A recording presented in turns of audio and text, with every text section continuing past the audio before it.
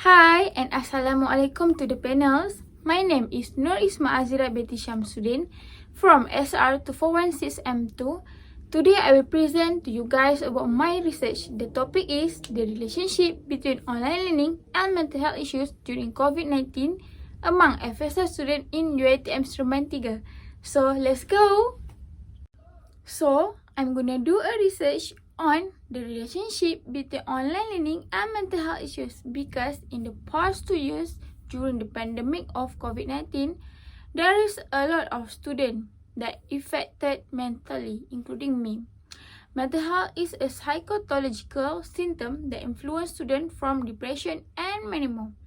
But I want to focus on these 4 dimension, which is the somatic symptom, anxiety and insomnia, social dysfunction, and depression symptom. There is a lot of factors that affect the mental health, but I want to look into more online learning. Since all of us hit by the COVID virus in 2019, all the public and private universities need to return their home and attend classes only through online. Online learning is an education that very convenient and easily accessible by everyone. For example, according to the previous researcher stated that many lecturers choose other more friendly application and free platform to the student during their online classes.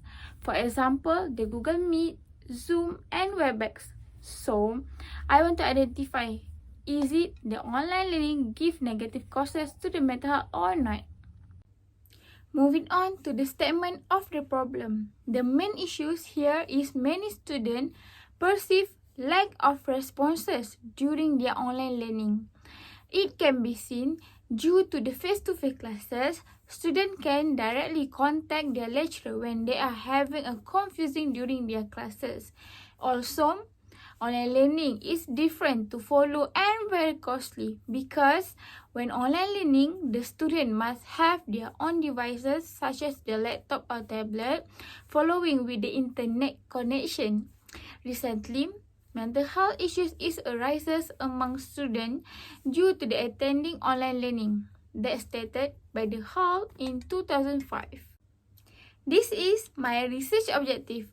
Research objective used to achieve by the project and it is linked with the hypothesis. Firstly, my research objective is to identify the perception of students on implementations of online learning. But I am focusing more on the cost, quality, and access. Secondly, to know their current mental health condition, is it affected or not. Lastly, to examine the relationship between the perception of online learning and the current mental health, either the online learning is giving effect to the FSR student mental health. Now, we go to my literature review. For my dependent variable is mental health. There is 4 dimensions such as the somatic symptom, anxiety symptom, social dysfunction, and depression symptom.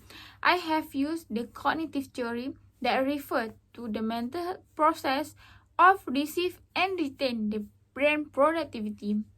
This theory is developed by the Jean Piaget in 1936.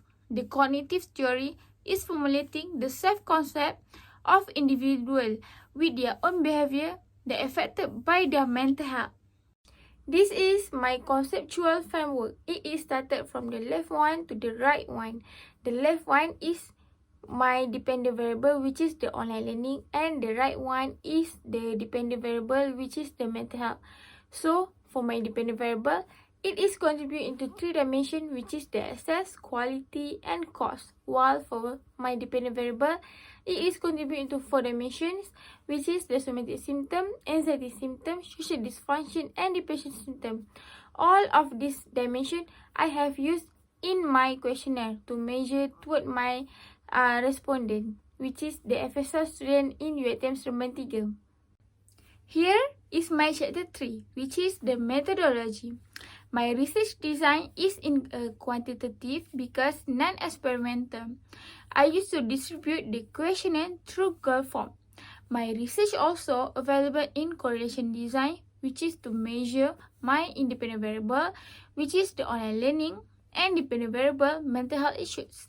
In online learning, there is a 3-dimension, which is the access, quality, and cost, while in mental health issues, there is 4-dimension, which is the somatic symptom, anxiety symptom, social dysfunction, and depression symptom. Let's go to the next slide. Are you okay, panels? Let me explain about my sampling. My sample is from FSR student in UiTM SEREMBAN 3.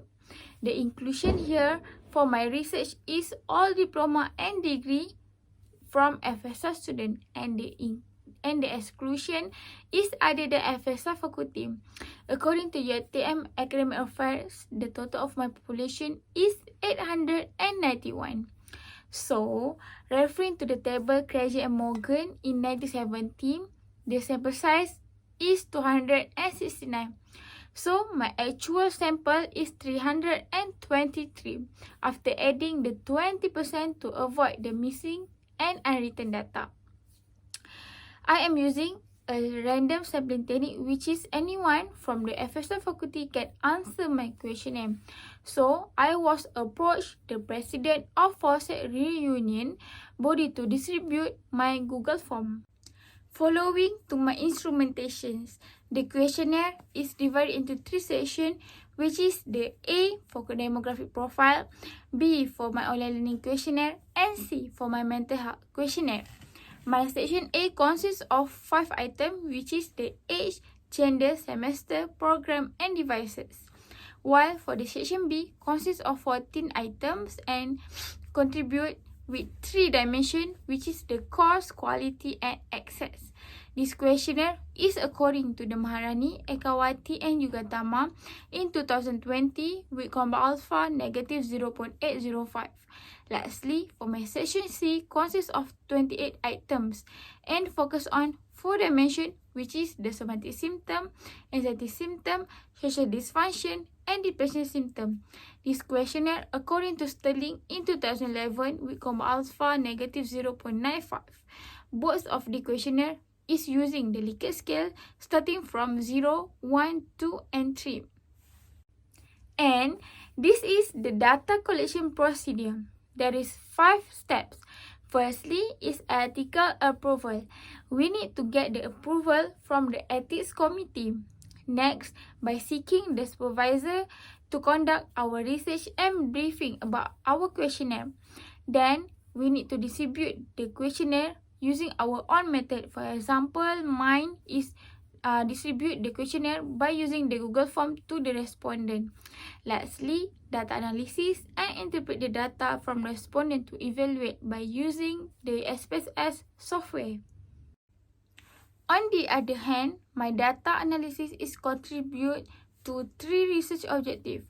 My first research objective is to identify the perception of students on the implementation of online learning. The second objective is to examine the current mental health of the student. Both of these research objectives, I want to find the mean and the standard deviations. Lastly, for my third research objective is to examine the relationship between the online learning and the current mental health by using the Pearson correlation. Are you okay, panels? Let's go to the result of my demographic characteristic. The yellow one shows for the highest frequency and the percentage, while the green highlight shows the total respondent following with the percentage and frequency. As you guys can see, for the age, the highest frequency is among 22 to 25 age and comes among the male student. The highest student mostly from the semester 5 in SR241 program. They are preferred to using the laptop as their devices during their online learning. Lastly, this table below shows the result of my objective 3. I am using the Pearson correlations to analyze the data. We can see here that there is a significant value between the online learning and mental health. It is because the p-value is smaller than 0.05. However, based on the Guilford rules of thumb, it shows that it is a negative moderate relationship. This table shows of my Objective 2 result. Besides, this is the current mental health of the student. It shows that the highest goes to the question number 1 that stated by the online learning. The student felt the capable of making the decision that affect their mental health issues. However, the highest dimension is social dysfunction with mean 1.82 that give the most influence factor to the student mental health. Lastly, this table below shows the result of my Objective 3. I am using the Pearson correlations to analyze the data. We can see here that there is a significant value between the online learning and mental health. It is because the p-value is smaller than 0.05. However, based on the Guilford rules of thumb, it shows that it is a negative moderate relationship. Now, let's go to the discussion for my Objective 1. Based on the findings, it shows that the access are made education more convenient and accessible because it indicates in multimedia. For example, the video and the audio will increase the student performance. Thus, the cost also the other factor that affect the student performance. This statement is aligned with Maharani et al. In 2020 that cost is ineffective item in online learning. On contrast, Adam and Anwar in 2020 stated that the distance is the main factor that not effective in online learning. So, based on my study, the FSS student in UiTM SEREMBAN 3 shows is accessible due to their online learning. Here, we go to the discussion for my Objective 2 and 3. For my Objective 2, the study found that the social dysfunction is the higher domain affect the mental health among the student. This is aligned with the Elmet et al. In 2020 that from the decreasing of informal organization will expand the degree of stress and depressive of students. While in contrast, some researchers stated that the anxiety level is the most contribute factor in student mental health issues. Next, for the discussion of my third objective is we can see there is a significance between the online learning and the mental health. The more students attending the online learning, the lowest their current mental health issues.